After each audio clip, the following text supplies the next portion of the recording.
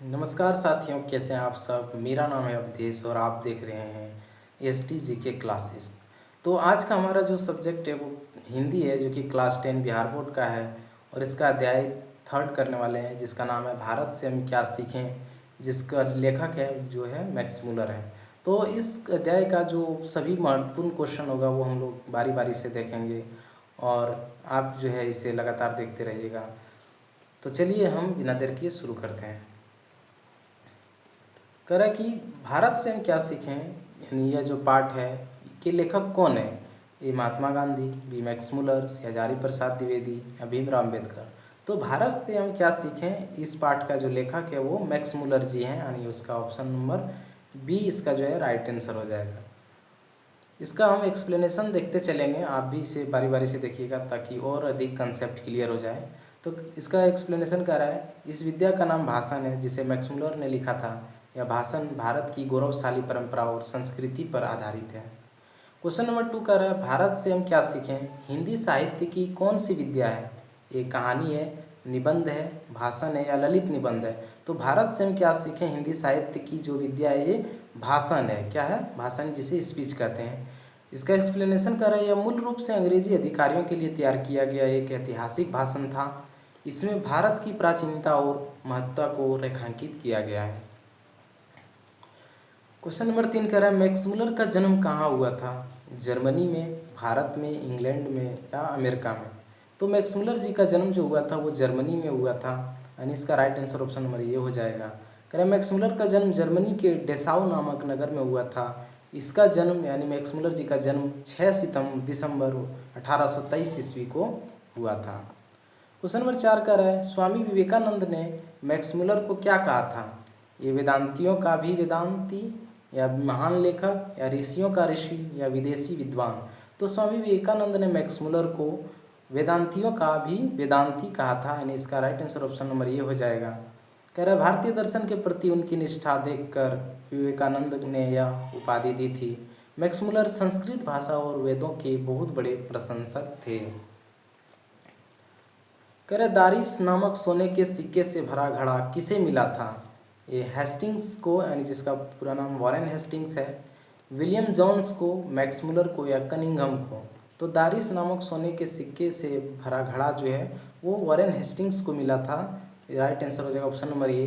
कह रहा, वाराणसी, यानी जिसका नाम बनारस है, के पास वॉरेन हेस्टिंग्स को 172 दारिस नामक सोने के सिक्के मिले थे। ईस्ट इंडिया कंपनी के निदेशकों ने नासमझी में इन ऐतिहासिक सिक्कों को गलवा दिया था। क्वेश्चन नंबर 6 कह रहा है, मैक्स मुलर के अनुसार सच्चा भारत कहाँ बसता है। यानी जो ये पाठ इन्होंने लिखा है भारत से हम क्या सीखें, उसमें जो है मैक्स मुलर जी के अनुसार सच्चा भारत कहाँ बसता है। तो ये शहरों में, गाँव में, महानगरों में या सरायों में। तो इसके अनुसार इसका राइट आंसर हो जाएगा ऑप्शन नंबर बी, यानी गाँव में। मैक्स मुलर जी के अनुसार सच्चा भारत जो है वो गाँव में बसता है। कर लेखक का मानना है कि भारत की आत्मा और उसकी असली संस्कृति गाँवों में ही सुरक्षित है। दिल्ली, मुंबई जैसे शहरों में कृत्रिमता है, असली गांव भारत गांव में ही है। क्वेश्चन नंबर 7 करें, मैक्स मुलर ने हितोपदेश का अनुवाद किस भाषा में करवाया। ये अंग्रेजी भाषा में, जर्मन भाषा में, फ्रांसीसी भाषा में या लैटिन भाषा में। तो मैक्स मुलर ने हितोपदेश का अनुवाद जो है वो जर्मन भाषा में कराया था, इसका right answer option number B हो जाएगा। करें, मैक्स मुलर ने भारतीय ग्रंथों हितोपदेश, कठोर कैन उपदेशों का जर्मन भाषा में अनुवाद किया। इसके अलावा उन्होंने मेघदूत का भी जर्मन पदानुवाद किया था। क्वेश्चन नंबर 8 करें, महारानी विक्टोरिया ने मैक्स मुलर को किस उपाधि के लिए बुलाया था। ये नाइट की उपाधि, सर की उपाधि, कविराज की उपाधि या इनमें से कोई नहीं। तो महारानी विक्टोरिया ने मैक्स मुलर को जो है वो नाइट की उपाधि के लिए बुलाया था। इसका राइट आंसर ऑप्शन नंबर ये हो जाएगा। करें, उनके प्रगाढ़ पांडित्य से प्रभावित होकर महारानी ने 1868 में उन्हें महल में आमंत्रित कर नाइट की उपाधि दी थी, लेकिन मैक्स मुलर ने इसे बहुत तुच्छ समझकर अस्वीकार कर दिया था। करें, प्लेटो और कांट का संबंध किस देश से है। भारत, यूनान और जर्मनी, चीन या मिस्र। तो प्लेटो और कांट का संबंध जो है वो यूनान और जर्मनी से, यानी जो कि यूरोप में पड़ता है, ये यूनान और जर्मनी से है। करें, प्लेटो यूनान के महान दार्शनिक थे और कांट जर्मनी के प्रसिद्ध विचारक थे। लेखक ने इनकी तुलना भारतीय दर्शन के संदर्भ में की है। अगला क्वेश्चन कह रहा है क्वेश्चन नंबर 10, भारत की सर्वाधिक प्राचीन भाषा कौन सी है, यानी सबसे पुरानी भाषा जो है वो कौन सी है। ये कह रहा है मगही, प्राकृत, संस्कृत या पाली। तो भारत की सर्वाधिक प्राचीन भाषा जो है वो संस्कृत मानी जाती है, यानी ऑप्शन नंबर सी इसका हो जाएगा राइट आंसर। कह रहा है संस्कृत को सभी आर्य भाषाओं की जननी और विश्व की सबसे प्राचीन समृद्ध भाषाओं में माना जाता है। मैक्स मुलर संस्कृत भाषा की व्याकरण और भव्यता के कायल थे। क्वेश्चन नंबर 11 कह रहा है मैक्स मुलर के पिता का नाम क्या था। A William Muller, B John Muller, C Peter Muller या डी डेविड मुलर। तो मैक्स मुलर के पिता का नाम जो था वो विलियम मुलर थे, यानी इसका राइट आंसर ऑप्शन नंबर ये हो जाएगा। कह रहा विलियम मुलर एवं समय एक प्रसिद्ध जर्मन कवि थे। जब मैक्स मुलर केवल 4 वर्ष के थे तब उनके पिता का निधन हो गया था। क्वेश्चन नंबर 12 कह रहा है शाहनामा का रचना काल कब का माना जाता है। ए 7वीं से 8वीं सदी, बी 10वीं से 11वीं सदी, चौथी से 5वीं सदी या 14वीं से 15वीं सदी। तो शाहनामा का रचना काल जो है लगभग 10वीं से 11वीं सदी माना जाता है। कह रहे शाहनामा एक प्रसिद्ध ऐतिहासिक ग्रंथ है जिसके माध्यम से भारत और दूसरे देशों के संबंधों का पता चलता है। इसका रचना काल 10वीं से 11वीं सदी का काल माना जाता है। क्वेश्चन नंबर 13 कह रहा है सर विलियम जोन्स ने भारत की यात्रा कब की थी। ए 1757 में, 1783 में, 1857 में या 1947 में। तो सर विलियम जोन्स ने भारत की जो यात्रा की थी वो कब की थी। ऑप्शन नंबर जो है 1783 में, यानी इसका right answer option number B हो जाएगा। कह रहा सर विलियम जोन्स एक अंग्रेज विद्वान और प्राच्य विद्या प्रेमी थे जिन्होंने 1783 में समुद्र मार्ग से भारत की यात्रा की थी। उन्होंने ही एशियाटिक सोसाइटी ऑफ बंगाल की स्थापना की थी। क्वेश्चन नंबर 14 कर रहा है दूत शब्द का अर्थ क्या होता है जैसे मेघदूत में प्रयुक्त है। ए संदेशवाहक यानी संदेश ले जाने वाला, सिपाही, सी राजा या डी डाकू। संदेशवाहक का जो अर्थ होता है जो दूत शब्द का अर्थ होता है वो संदेशवाहक ही होता है, यानी इसका राइट आंसर ऑप्शन नंबर ये हो जाएगा संदेश ले जाने वाला। कर दूत का अर्थ संदेश पहुंचाने वाला होता है। कालिदास रचित मेघदूत में बादलों को दूत बनाया गया है। मैक्स मुलर ने इस महान रचना से प्रभावित होकर इसका जर्मन में अनुवाद किया था। कर मैक्स मुलर के अनुसार किसे सर्वविद्य संपदा और प्राकृतिक सौंदर्य से परिपूर्ण देश कहा गया है। तो ऑप्शन ए कर रहा है स्विट्जरलैंड को, भारत को, श्रीलंका को या जापान को। तो इसका राइट आंसर है ऑप्शन नंबर बी यानी भारत को। मैक्स मुलर ने जो है सर्वदा संपदा जो है वो भारत को कहा था। कर भाषण की शुरुआत में ही मैक्स मुलर कहते हैं कि यदि कोई ऐसा देश है जो भूमंडल पर स्वर्ग जैसा है तो वह भारत है। भारत हर प्रकार की प्रकृति संपदा से परिपूर्ण देश है। कह रहे वॉरेन हेस्टिंग्स कहाँ का गवर्नर जनरल था। ये भारत का यानी ब्रिटिश ईस्ट इंडिया कंपनी में, बी श्रीलंका का या सी नेपाल का या डी यूनान का। तो वॉरेन हेस्टिंग्स जो थे वो भारत का गवर्नर जनरल था जिसमें ब्रिटिश ईस्ट इंडिया कंपनी थी।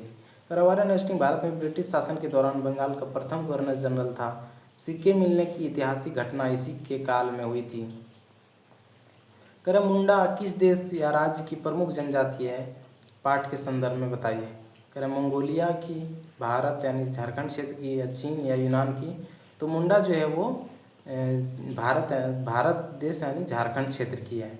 पाठ में भारत के मानव विज्ञान और विभिन्न जातियों के अध्ययन के क्रम में मुंडा जाति का उल्लेख आया है। यह भारत की एक अत्यंत प्राचीन और विशिष्ट संस्कृति वाली जनजाति है। क्वेश्चन नंबर 18 कह रहा है मैक्स मुलर ने कितने वर्ष की अवस्था में लिप्जिग विश्वविद्यालय में संस्कृत का अध्ययन प्रारंभ किया था। ये 15 वर्ष, 18 वर्ष, 20 वर्ष या 25 वर्ष। तो इसका राइट आंसर हो जाएगा ऑप्शन नंबर बी यानी 18 वर्ष। मात्र 18 वर्ष की छोटी सी आयु में इन्होंने लिप्जिग यूनिवर्सिटी में संस्कृत पढ़ना शुरू किया था। बचपन से ही वे कुशाग्र बुद्धि के थे और भाषाओं की तेजी से सीखते थे। क्वेश्चन नंबर 19 करें मैक्स मुलर की मृत्यु कब हुई थी। ये 28 अक्टूबर 1900 में, 15 अगस्त 1947 में, 26 जनवरी 1950 में या 12 दिसंबर 1912 को। तो मैक्स मुलर जी की मृत्यु जो हुई थी वो 28 अक्टूबर 1900 में हुई थी। जीवन भर भारतीय साहित्य की सेवा करने के बाद 28 अक्टूबर 1900 को उनका निधन हो गया। उनके निधन पर पूरे विश्व के विद्वानों ने गहरा शोक व्यक्त किया था। क्वेश्चन नंबर 20 कह रहा है भारत से हम क्या सीखें। जो भाषण है का हिंदी रूपांतरण किसने किया है। ये doctor Bhavani Shankar Trivedi, doctor Ramvilas Sharma, doctor Gunakar मूल्य, डॉक्टर अमृत सेन। तो भारत से हम क्या सीखें भाषण का हिंदी रूपांतरण जो है वो डॉक्टर भवानी शंकर त्रिवेदी ने किया था, यानी ऑप्शन नंबर ये इसका राइट होगा। करें मैक्स मुलर का यह मूल भाषण अंग्रेजी या जर्मन संदर्भों में इससे जुड़ा था। इसे हिंदी में अनुदित कर बिहार बोर्ड के पाठ्यक्रम में डॉक्टर भवानी शंकर त्रिवेदी द्वारा प्रस्तुत किया गया है। कर पारसियों के धर्म का क्या नाम है? बौद्ध धर्म, जरथुशास्त्र धर्म, वैदिक धर्म या जैन धर्म। तो पारसियों का जो धर्म का नाम है वो जरथुशास्त्र धर्म है, जिसे जीरोस्टेरिनिज्म कहते हैं। कर पारसी धर्म के संस्थापक महात्मा जरथुशस्त्र थे। इस धर्म की शरणस्थली भी भारत ही था बना। लेखक ने भारत को सभी धर्मों की मिलन भूमि कहा है। दारिस क्या है? प्राचीन चांदी का सिक्का, सोने का प्राचीन सिक्का, एक प्रकार का अस्त्र या मिट्टी का घड़ा। तो दारिस जो है वो सोने का एक प्राचीन सिक्का है। तो दारिस प्राचीन काल का एक बहुमूल्य सोने का सिक्का था जिसका ऐतिहासिक महत्व था। इसके नष्ट होने का मलाल लेखक को हमेशा रहा। क्वेश्चन नंबर 23 करें, मैक्स मुलर ने कठ और कैन आदि उपनिषदों का अनुवाद किस भाषा में किया? ये लैटिन, जर्मन, जापानी या अंग्रेजी। तो मैक्स मुलर ने कठ और कैन आदि उपनिषदों का जो अनुवाद किया था वो जर्मन भाषा में किया था। इन्होंने जर्मन पाठकों को भारत के गूढ़ वेदांत दर्शन से परिचित कराने के लिए ये अनुवाद किए। वे भारतीय संस्कृति के अनन्य उपासक बन चुके थे। क्वेश्चन नंबर 24 कह रहा है, लेखक के अनुसार भारत किसके अध्ययन का केंद्र है और यह यहाँ आकर नवीन जीवन प्राप्त होता है? तो कह रहा है केवल तकनीकी विद्या का, नीति शास्त्र, देवत्व विज्ञान और भाषा विज्ञान का, सी केवल व्यापार का और डी आधुनिक युद्ध कला का। तो इसका राइट आंसर हो जाएगा ऑप्शन नंबर बी, यानी नीति शास्त्र, देवत्व विज्ञान और भाषा विज्ञान का। क्वेश्चन नंबर 25 करा, मैक्स मुलर ने किसे सिकंदर यानी नवीन सिकंदर कहकर संबोधित किया? भारत के नए राजाओं को, भारत आने वाले नए अंग्रेज अधिकारियों और यात्रियों को, वॉरेन हेस्टिंग को या खुद को? तो मैक्स मुलर ने जो है सिकंदर यानी नवीन सिकंदर जो कहकर संबोधित किया था वो भारत आने वाले नए अंग्रेज अधिकारियों और यात्रियों को किया था। तो इसका right answer option number B हो जाएगा। करें लेखक ने युवा अंग्रेज अधिकारियों को भारत को समझने और जानने के लिए नवीन सिकंदर की संज्ञा दी। उनका उद्देश्य था कि ये भारतीय पुराने क्रूर विजेताओं की तरह नहीं बल्कि एक अन्वेषण की तरह भारत को देखें। तो दोस्तों इस प्रकार यह जो चैप्टर था वो समाप्त हो गया। इसमें जितने भी महत्वपूर्ण ऑब्जेक्टिव बन सकते थे उन्होंने उस सबको हम लोगों ने कर लिया है। तो ऐसे ही आप चैप्टर वाइज और एक्सप्लेनेशन के साथ जो है क्वेश्चन चाहते हैं तो हमारा यह वीडियो को लाइक ज़रूर कीजिएगा और चैनल को सब्सक्राइब कर लीजिएगा। तो मिलते हैं आपसे नेक्स्ट वीडियो में, तब तक के लिए आपका बहुत बहुत धन्यवाद।